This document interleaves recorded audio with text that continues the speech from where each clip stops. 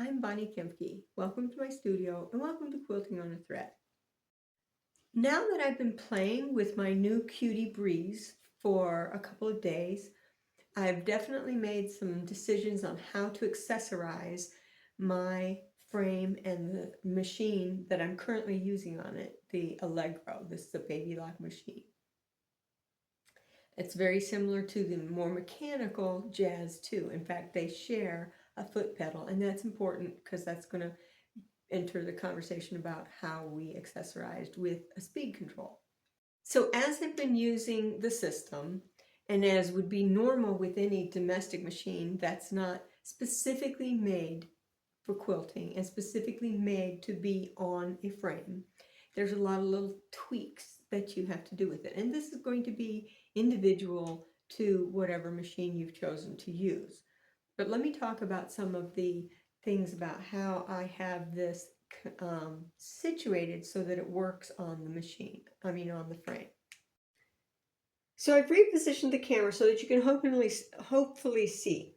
There's a slot here, and it's on each side, where one of these little machine holders should have been. And this clamp opens up, you slip it into the base plate of the upper carriage, slide it all the way over, put your machine in, move it forward, and then clamp this down. And then this little rubber bumper should be pressed against your machine and holding it in place. Well, the back of the Jazz 2 and the back of the Allegro and the back of many other machines are just too wide for these clamps. Well, this is where the weight of your machine is. It's all here in the back. So these clamps are helpful, but a bit superfluous if your machine is too wide. So I don't have the clamps on the back on the machine at all. I do have them in the front. You can't see it because of the quilt, but I do have them in the front holding the front of the machine. So that's kind of an accessorization by deletion, but it's one of the ways I've had to accessorize my machine. The other way, you see this upright here, this happens to be a lamp that clamps onto the side of the table and actually clamps underneath. I have this same lamp on both sides, and it's a nice bright lamp. It sits up above the machine, and it gives me a lot of light around my table, very necessary to be able to see while you're quilting. This is the Grace Company speed control, but this is a particular speed control made for the Juki TL2000 and TL20.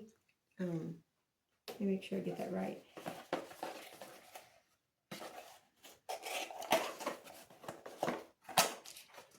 This is a particular Jazz 2.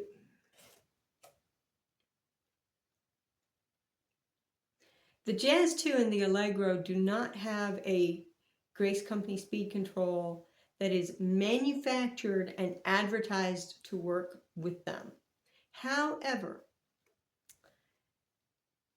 you can make the speed control work if you use a particular Juki a particular speed control that is manufactured for the Juki machines. Specifically, the machine compatibility of this box is the Juki TL2000 and the Juki TL2010Q. So this particular workaround has been tested extensively by people in the Cutie Quilters group and by a Grace Company dealership, Ken's Sewing Center out in Muscle Shoals, Alabama. So I sent this information to them, and they tested it thoroughly and were very, very impressed with the fact that I had written it up and that it did work. So the write-up on how to use this is in the top of the files in both the Cutie Quilters group and in this beta testing group. So If you choose to go this route, you also need to replace the cable that came with the Juki controller with a 3.5 male-to-male radio adapter. 3.5 millimeter male-to-male audio adapter, and probably about 3 foot is the shortest length you want to go.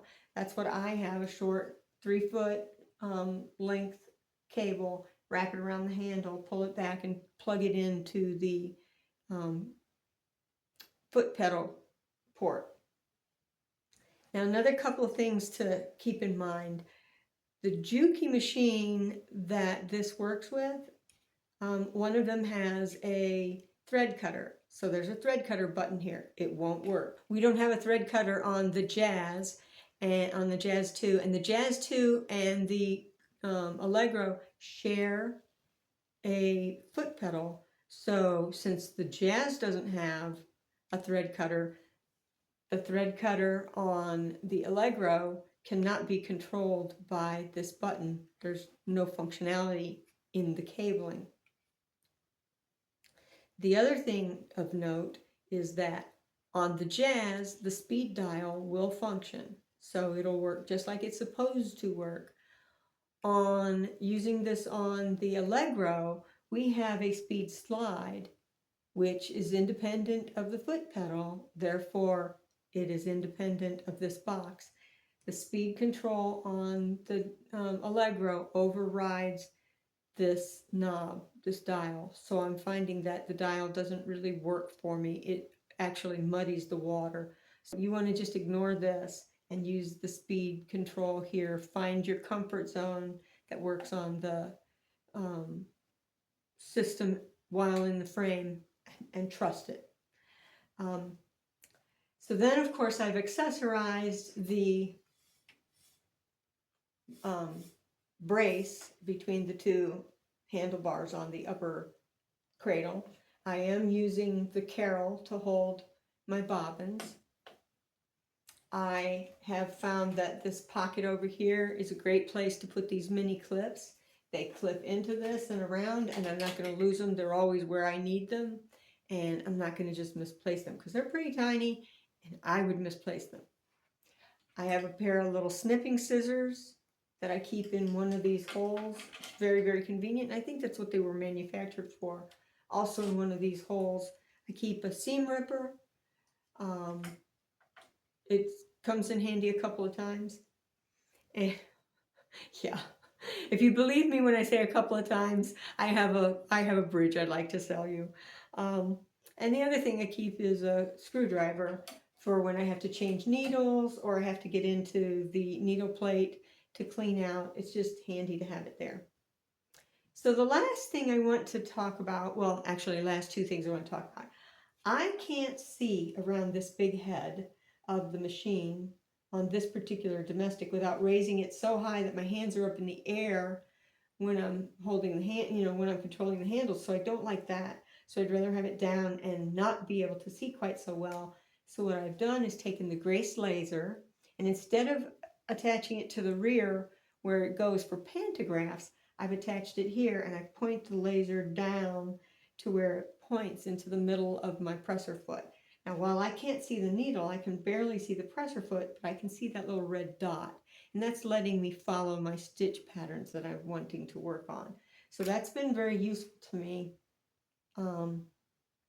I just started using this today, and that's been really, really useful to me. Today's stitch work has been so much better than the last few days. The other thing I want to talk about, and I'm going to move over here to talk about that, is most domestics come with a horizontal thread pin.